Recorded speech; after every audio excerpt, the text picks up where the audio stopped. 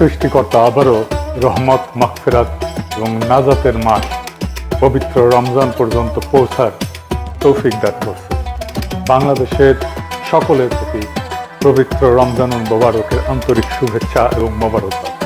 আল্লাহ সুবহানাহু ওয়া তাআলা যেন আপনাদের সিয়াম, কিয়াম, তেলাওয়াত, দোয়া এবং সকল ইবাদত কবুল করেন।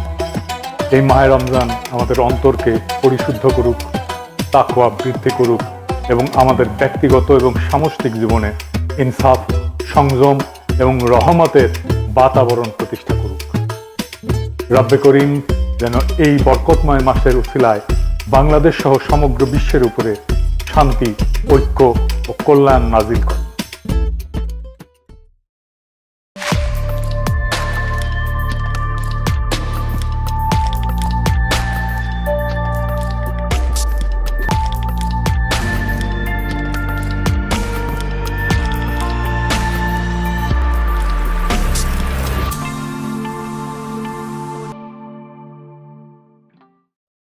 তো কেমন হইল তারেক রহমানের মন্ত্রিসভা? আমি প্রফেসর ইউনূসের উপদেষ্টা পরিষদ হওয়ার পরে একটা এপিসোড করেছিলাম, কেমন হইল প্রফেসর ইউনূসের উপদেষ্টা পরিষদ। সত্যি কথা বলতে আমাদের সকলেরই একটা প্রত্যাশা ছিল একটা বিপ্লবী সরকার হবে, প্রফেসর ইউনূসের জোশ সরকার, সেটা হয়েছিল না। যাই হোক, তারেক রহমানের মন্ত্রিসভা নিয়ে আমার কোনো উৎসাহ ছিল না। তারপরেও একসাথে রাজনীতি করার কারণে কিছু ঘনিষ্ঠ মানুষের মন্ত্রিসভা আছে, ওনারা এখন বেশিরভাগই যোগাযোগ করেন না। আমি তাদের নাম বললে তাদের বিপদ বাড়াইতে চাই না, আমি তাদের সাফল্য কামনা করি। এই মন্ত্রিসভায় সবার আমল নামা জানা নাই, তবে এটা একটা ইনক্লুসিভ মন্ত্রিসভা হয়েছে। ইনক্লুসিভ মানে রংধনু না, না না না না না রংধনু না, মানে সবাই নিয়া। এখানে বিএনপি আছে, গণ অধিকার পরিষদ আছে, গণসংহতি আছে, আবার নিরপেক্ষরাও আছে। যেমন ডাক্তার জাহিদ নিরপেক্ষ রাজনৈতিক বিশ্লেষক, সেও বিএনপি সরকারে আছে, তো নিরপেক্ষদেরকেও নিছে। প্রফেসর ইউনূসের সরকারও আছে, যেমন অ্যাটর্নি জেনারেল, আবার গুপ্তও আছে। গুপ্ত গুপ্ত কে গুপ্ত জানেন? জানেন না? হ্যাঁ, শুনেন। আপনার সরকারে একজন বিদেশি নাগরিককে আপনি জাতীয় নিরাপত্তা উপদেষ্টা করেছেন। আপনার কি সেই আক্কেল জ্ঞান নাই? একজন বিদেশি নাগরিকের কাছে এই দেশের সেনাবাহিনী নিরাপত্তা সংক্রান্ত রিপোর্ট প্রদান করবে কিভাবে ভাবলেন? খলিলুর রহমান সাহেব কোন রাজপথে মিছিলে ছিলেন? আপনারা কি দেখেছেন খলিলুর রহমানকে কোনোদিন বাংলাদেশের রাজনৈতিক অঙ্গনে গণতন্ত্রের জন্য, ভোটাধিকারের জন্য, মানুষের সেবার জন্য এগিয়ে এসেছেন? সেই জাতীয় নিরাপত্তা উপদেষ্টাকে আপনি বিদায় করুন। সেই জাতীয় নিরাপত্তা উপদেষ্টা হয় নিজে পদত্যাগ করবে, না হয় আপনি তাকে বিদায় করবেন। এই দেশের নিরাপত্তা সংক্রান্ত কোন জাতীয় দায়িত্ব বিদেশি নাগরিকের হাতে থাকতে পারে না। Wake up to reality. Khalilur Rahman তিনি টেকনোক্র্যাট কোটায় মন্ত্রিত্ব পেয়েছেন। এই অন্তর্বর্তী সরকারের সময় যিনি দায়িত্বে ছিলেন, এটি অনেকের কাছেই একটু খটকা লাগার বিষয় ছিল, অথবা সারপ্রাইজ হয়েছেন অনেকেই। বিএনপি এনসিপি কইতো যে কিংস পার্টি, আর প্রফেসর ইউনূসের সরকারের স্বরাষ্ট্র সচিব তারেক রহমানের মন্ত্রী পরিষদ সচিব, প্রফেসর ইউনূসের অ্যাটর্নি জেনারেল তারেক রহমানের আইন মন্ত্রী, প্রফেসর ইউনূসের নিরাপত্তা উপদেষ্টা তারেক রহমানের পররাষ্ট্রমন্ত্রী, তারপরেও এনসিপি কিংস পার্টি। তো বিএনপির সমর্থকেরা নারী নেতৃত্ব নিয়ে কান তো ঝালাপালা করে দিছিল, মনে আছে না? কেন জামাত নারী ক্যান্ডিডেট দিল না, কিন্তু বিএনপি নারী মন্ত্রণালয়কে দিল একজন পুরুষকে। হ্যাঁ, বুঝিছাও, মন্ত্রী একজন আর প্রতিমন্ত্রী দুইজন, মোট তিনজন। সংখ্যালঘু সম্প্রদায় থেকে দুইজন, তা আবার একজন পার্বত্য চট্টগ্রাম থেকে। ওইটা পার্বত্য চট্টগ্রাম বিষয়ক মন্ত্রণালয়, ওইখানে পার্বত্য চট্টগ্রাম থেকেই একজন মন্ত্রী থাকে। তো হিন্দুরা তো ভোট দিলেন, আপনাদের মন্ত্রী কইয়া ডা ফ্রি ফ্রি সার্ভিস আর কত দিবেন? গয়েশ্বর বাবু হেভি চেতিছে মন্ত্রী হইতে না পাইয়া, দেখেন চেতে মেতে চলে যেতেছে, দেখেছেন?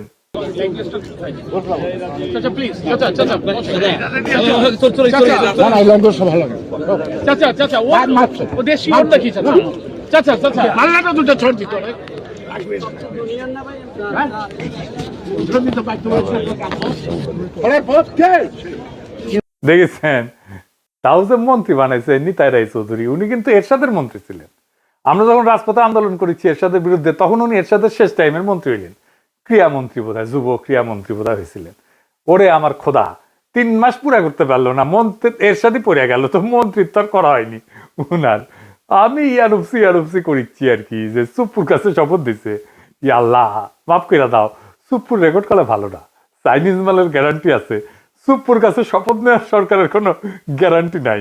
হাসিনা 7 মাস টিকেছে, প্রফেসর ইউনূস 1.5 বছর, দেখা যাক তারেক রহমানের সরকার কয়দিন টিকে। আমার একজন কইছে যে প্রফেসর ইউনূসের সরকার ছিল ইন্টারিম, আর তারেক রহমানের সরকার হইতেছে ট্রানজিশনাল। মানে অনেকেই কইতেছে এটা এটা বেশি দিন থাকবে না, মানে কইতেছে এই সরকারের মেয়াদ পূরণ করার আগে কোলাপস করবে, দপ্পাস করে পড়বে দুঃশাসনের জন্য। ক্ষমতা আসার আগে যে জুলুম শুরু করছে সেটা কথা আর কি বলবো। তারেক রহমান ইচ্ছা করে কোনো বার্তা দিতেছেন না, কর্মী পর্যায়ে শয়ে শয়ে বাড়িতে আগুন দেওয়া হইতেছে, মারধর করা হইতেছে, লুটপাট করা হইতেছে, দোকান বসত বাড়ি ভাঙচুর করা হইতেছে, খুন করা হইতেছে, এমনকি ধর্ষণ করা হইতেছে। সেটা আবার চাপাও দিতেছে তারেক রহমানের চাকর বাকর যে সাংবাদিকগুলো আছে সেগুলো।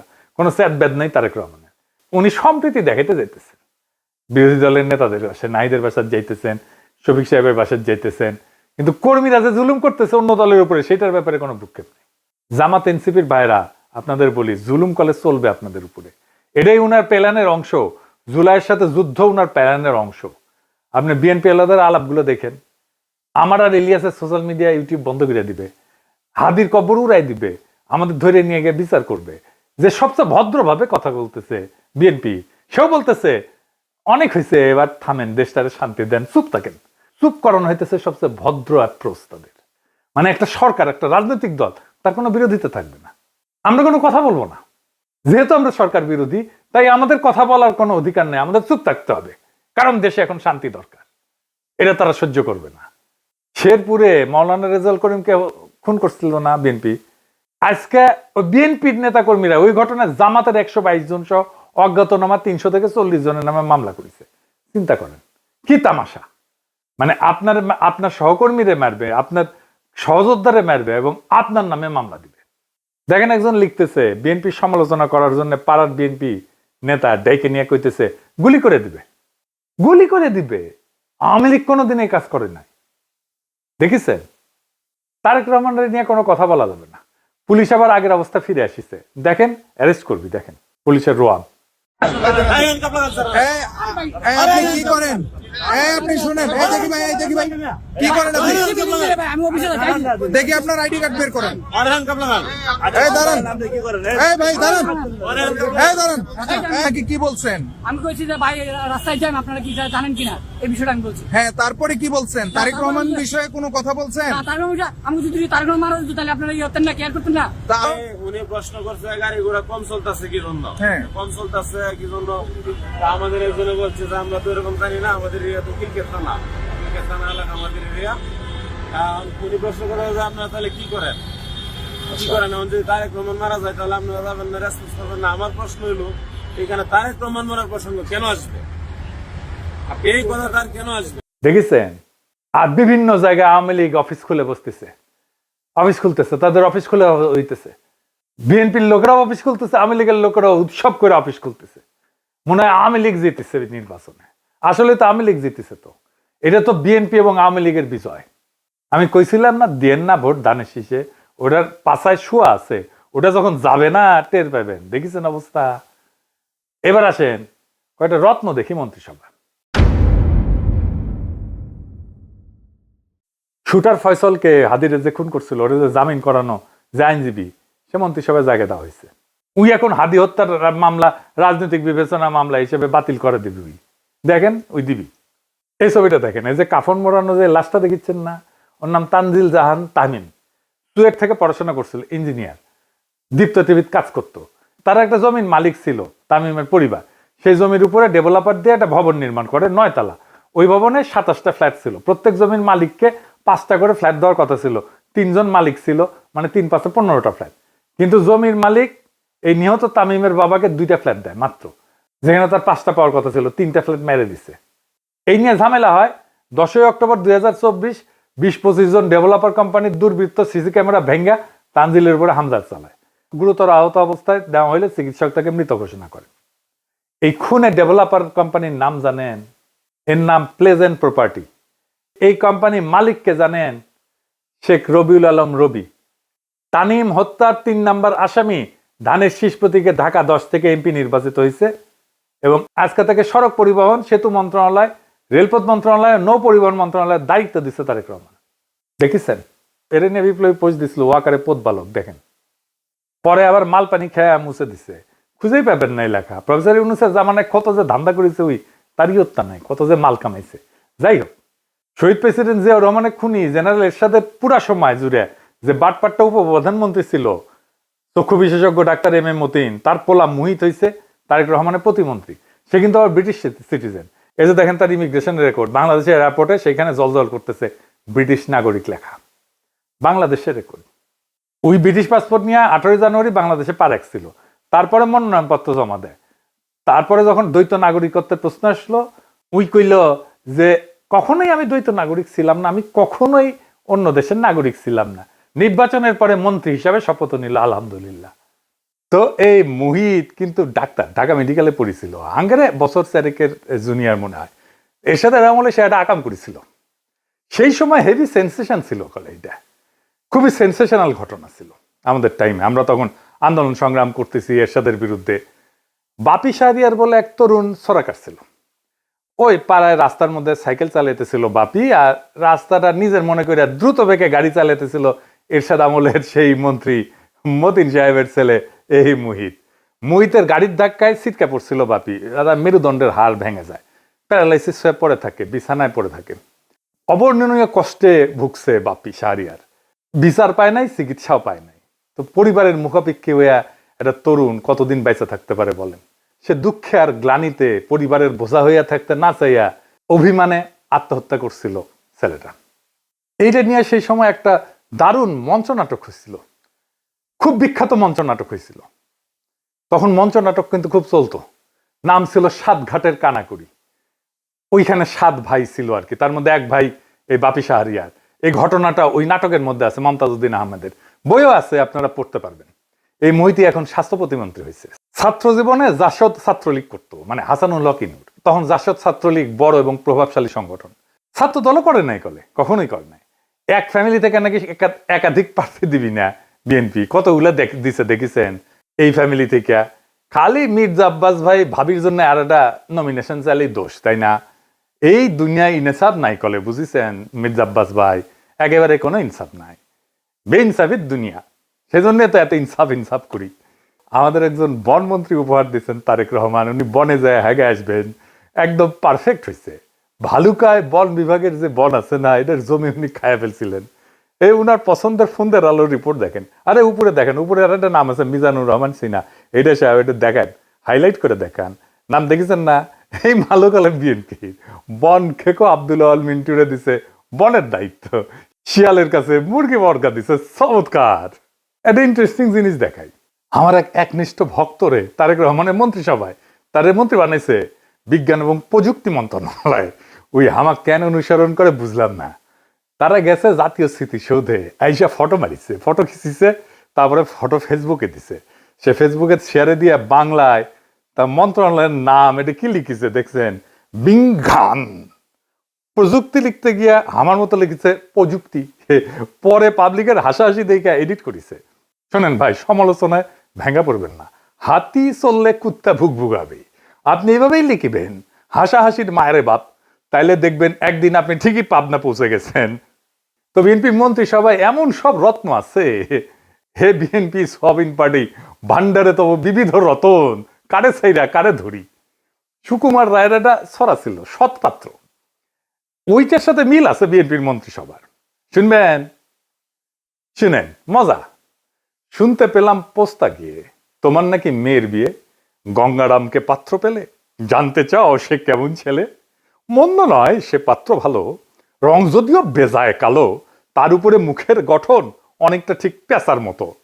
বিদ্যে বুদ্ধি বলছি মশাই, ধন্যী ছেলের অধ্যবসায়। 19টি বার ম্যাট্রিকে সে ঘায়েল হয়ে থামলো শেষে।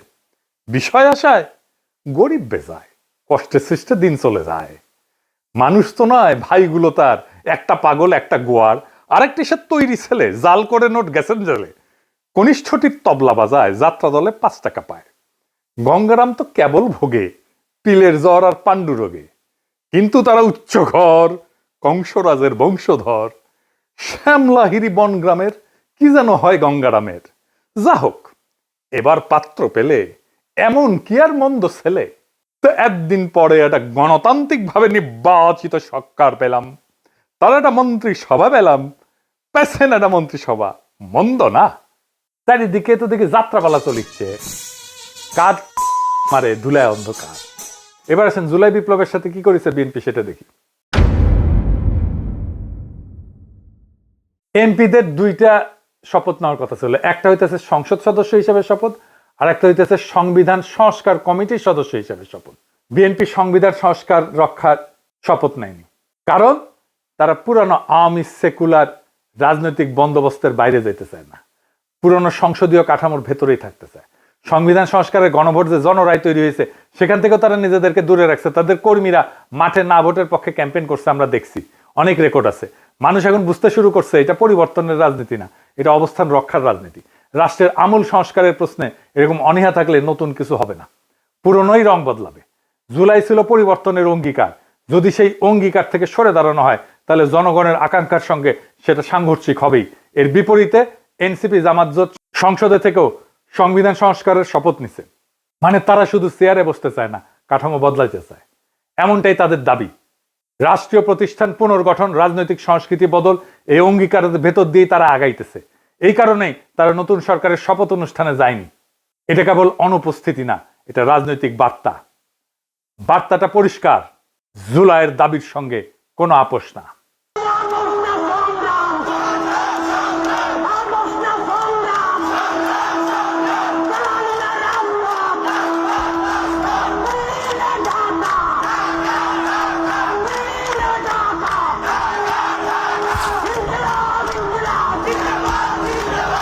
পুরনো বন্দোবস্তের সঙ্গে কোনো আপোষ না, সংস্কার ছাড়া কোনো স্থিতিশীলতা আসবে না। এখন সিদ্ধান্ত জনগণের। ফাইনালি দেখেন, আমি কয়েকদিন আগে কইছিলাম না তারেক রহমান ক্ষমতা এসে মুজিবের মতো বলবে ফেরাউনের দল সব শেষ করে দিয়ে গেছে। এইটা সাহেব আমার আগের ভিডিওর ওই অংশটা একবার একটু দেখান না। বিএনপি ফ্যামিলি কার্ড নিয়ে কিছুই করতে পারবে না, এটা বাস্তবায়নের টাকা বিএনপি জোগাড় করতে পারবে না। আর জোগাড় করতে পারলে বাংলাদেশে মুদ্রাস্ফীতি হবে ব্যাপক হারে।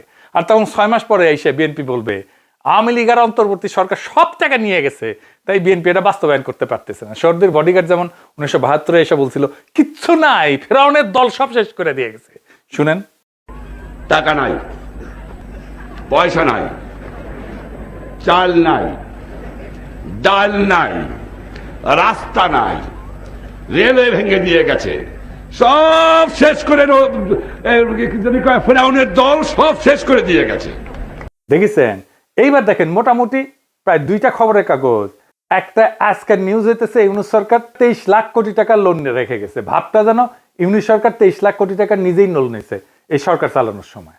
সব খবরের কাগজে একই খবর, দেখেন একটা পর একটা। দেখেন এডিটর সাহেব, দেখেন, দেখেছেন, বুঝেছেন কেন এটা করেছে? কারণ ইউনূস সরকার উল্টাপাল্টা খরচ করে নাই। বিজনেস স্ট্যান্ডার্ডের গ্রাফটা দেখেন এডিটর সাহেব, হেডলাইনটাও করেছে বদ নিয়তে, কিন্তু গ্রাফটা এরা ঠিকঠাক দিচ্ছে। প্রত্যেক বছর লোনের অ্যামাউন্টটা দেখান এডিটর সাহেব। ইউনিসেফ সরকার আগের বছর থেকে 25% লোন কম নিয়ে সরকার চালাইছে। জি, এটা 25% কম লোন নিয়ে দেশ চালাইছে। এই টাকা দিয়া তারা আবার হাসিনার আমলে পাওনা ক্লিয়ার করছে তার এই টাকার মধ্যেই, এবং রিজার্ভ ডাবল করছে। সরকার যাওয়ার আগে অবস্থা যত খারাপ দেখানো যায়, ভবিষ্যতে বিএনপির খারাপ পারফরমেন্স করলে বলতে পারবে ফেরাউনের দল সব শেষ করে দিয়ে গেছে। এর জন্য যত না খারাপ দেখাইতে হবে তার চেয়ে বেশি খারাপ। তারেক রহমানের 5টা মিডিয়া এই কাজ করিচ্ছে। প্রফেসর ইউনূস লোন নিছে কত? মাত্র 1.5 লাখ কোটি টাকা। 1.5 লাখ কোটি প্রফেসর ইউনূস সরকারের ঋণ, বাকিগুলো তো শেখ হাসিনার নেওয়া ঋণ। এর থেকে কম ঋণ করে চলার চেষ্টা করতে পারে বিএনপি সরকার, হাউকাও করার কি আছে? প্রথম আলো আবার একটু মডিফাই করেছে, দেখেন যে ইন্ডিয়া, রাশিয়া, চীন থেকে কোনো লোনের প্রতিশ্রুতি আসে নাই। লোন আসে কোত্থেকে? লোন আসে জাপান, এডিবি থেকে, ওয়ার্ল্ড ব্যাংক থেকে। ভাগ্য ভালো লেখেনি যে ভুটান, সোমালিয়াও লোন দেওয়ার প্রতিশ্রুতি দেয় নাই। তো ওটাও লিখেন। বিএনপির আইটি বিশেষজ্ঞ আবার শেয়ার দিচ্ছে ওইটা উৎসাহ নিয়ে। এই আইটি বিশেষজ্ঞ আবার টকশো করে সেইগুলারে নিয়ে যারা হাদির কবর উড়াই দিতে চায়। এইবার একটা জিনিস দেখায় ফাইনালি, ইলেকশন ইঞ্জিনিয়ারিং নিয়ে। ইলেকশন ইঞ্জিনিয়ারিং নিয়ে আমার আগের এপিসোডে হাদির একটা বক্তব্য শুনেছিলেন না? আজকে আবার শোনেন, এডিটর সাহেব আবার শোনেন। এবার যেহেতু আমলারা সিল মারতে পারবেন না, আপনারা দেখেন এই মানে আমার হয় কি, আমরা যখন সিডাপের মতো একটা ভারী ভেন্যুতে কথা বলি তখন এত থিসিস, অ্যান্টিথিসিস, সিনথিসিস এরকম বলি যেগুলো জনগণ কানেক্ট করতে পারে কম। হিসেবটা খুব সোজা হলো যে এই প্রত্যেকটা কেন্দ্রে, একটা কেন্দ্রে মিনিমাম 10টা বুথ থাকে। তো আমরা জানি একটা কেন্দ্রে একজন প্রিজাইডিং অফিসার থাকে, কয়েকজন অ্যাসিস্ট্যান্ট প্রিজাইডিং অফিসার থাকে, প্রত্যেক কেন্দ্রে আবার পুলিং অফিসার থাকে, এবং এই সবাই থাকে ওই উপজেলা বা জেলার লোকজন, মেইনলি স্কুলের টিচার, কলেজের টিচার, মাদ্রাসার টিচার, সাথে কিছু ব্যাংকার, এরা এখানে করেন। ব্যাপার হলো আপনারা এটা খুব কমন স্ট্র্যাটেজি, সেটা হচ্ছে যারা আমরা যাদেরকে হেভিওয়েট প্রার্থী বলি মেইনলি, তারা যেটা করেন 5-7 জন ডামি দাঁড় করায় দেন। ডামি প্রার্থী দাঁড় করাই দিলে হয় কি, তার নামে প্রত্যেক প্রার্থীর নামে আবার পুলিং এজেন্ট দেওয়া যায়, মানে তার নামে এজেন্ট দেওয়া যায়। তো ধরেন আমি নিজেও যেহেতু একজন প্রার্থী, তো আমি প্রার্থী হিসেবে আমার কেন্দ্রে প্রত্যেক জায়গায় আমি একজন করে এজেন্ট দিতে পারবো প্রত্যেকটা বুথে। তো আমার এগেনস্টে যিনি আছেন তিনি যদি আরো 5 জনকে দাঁড় করাই দেন এবং 5 জনের এগেনস্টে আরো 5 জন সে এখানে এজেন্ট দিবেন, তারপরে যেটা হবে পুরো বুথের মধ্যে 10 জনের মধ্যে দেখা যাবে 8 জন বনাম আমার একজন। তো আমার একজন তো সে কুলায় উঠতে পারবে না। এরপর ওইখানে সরকারি যে কর্মকর্তা থাকবে সে তো স্কুল টিচার ভাই, সে তো আসমান থেকে নাজিল হয় না, সে ওখানে আসছে একদিনে চাকরিটা করে হয়তো ওই দিন দায়িত্ব পালন করে 3-4 হাজার টাকা পাবে। এখন যেহেতু সেই ওই স্কুলে আবার চাকরি করা লাগবে, তার কোনো শক্তি নাই ওইখানে যারা দখল করতেছে তাদেরকে বাধা দেয়া, কারণ সে স্কুলেও ফিরতে পারবে না, কলেজেও ফিরতে পারবে না। শুনেছেন, হাদিজা বলে গেছে ঠিক তাই ঘটছে কেন্দ্রগুলোতে। আমি এই ক্লিপটা পাইছি, আজকে আপনাকে দেখাই, গতকালকে আমি পাইনি এই ক্লিপটা, আজকে আপনাকে দেখাই। দেখেন হাদিজা যেটা বলে গেছে সেটাই ঘটেছে। ছিল ও এখন একটু বাইরে গেছে, তার জন্য আমি এখানে বসছি, মানে উনি আসতে আমি বসবো। উনি আসতে আমি চলে উনি আসতে আপনার অনুমতি নিয়েছিল আর একজন পুলিং এজেন্টের জন্য বসতে যে দাবি করছে। ও নিয়ে আসছে তো, হ্যাঁ। এটা কার ছবি? আপনার ছবি? হ্যাঁ, তো আপনি যে আর একজনের হয়ে আসছেন বললেন।